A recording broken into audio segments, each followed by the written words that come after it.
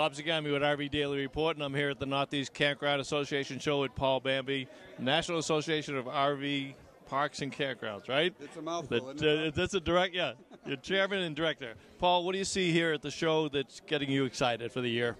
Well, there's obviously a buzz that is very prevalent here on the floor.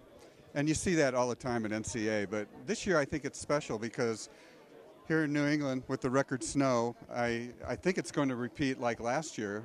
There's a lot of pent-up demand. We call it cabin fever of the campground folks that they want to get their businesses going, and the campers themselves want to get out of their homes. So I think it's going to be a banner year like it was last year.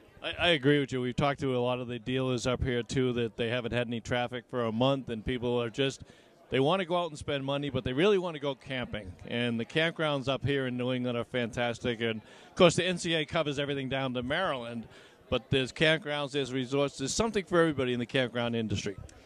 Something for everybody. It's a well-used line, but in our business, it's very true. You know, somebody that wants the accoutrements of a cabin. Just about every campground has something in that line these days. And then for the person that wants to just pitch the tent, there's still plenty of opportunities there too. So it's great.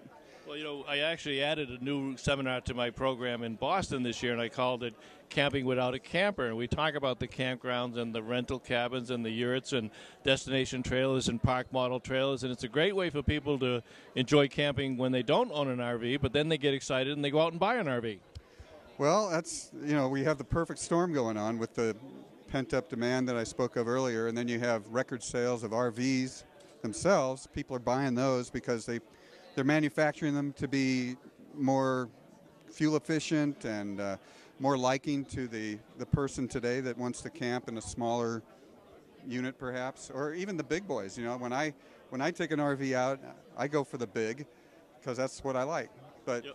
Again, something for everybody. Yeah, and of course, the one big thing that we always stress, and I know you do in your association also, it's the family values. It's the place where the families get back connected together, the devices get left on the table, and you actually spend quality time with the family in the campground. That is so true, and I can speak from personal experience. When my kids were growing up, they're now in college, but we often talk that those were the best vacations we ever took. The interesting thing about it, though, is when we look at our research and the reason why people camp at campgrounds, the number one amenity they say they want to have, not that they need it or use it, is the wireless capability, whether it's an iPad or a phone or whatever. So you like to think, ideally, that you can just unplug all that and talk as humans, and that's what we always did once we got away. But some people don't really necessarily want to unplug completely, and that's a challenge for campground owners. I think as Americans, we want the family unit to be able to get along and enjoy themselves. But these days, that may mean you got to have wireless capability along with it. Yep. All right, we're with Paul Bambei here at the Northeast Campground Association show. Thank you very much, Paul. Great to run into you. Same here, Bob. Good seeing you again.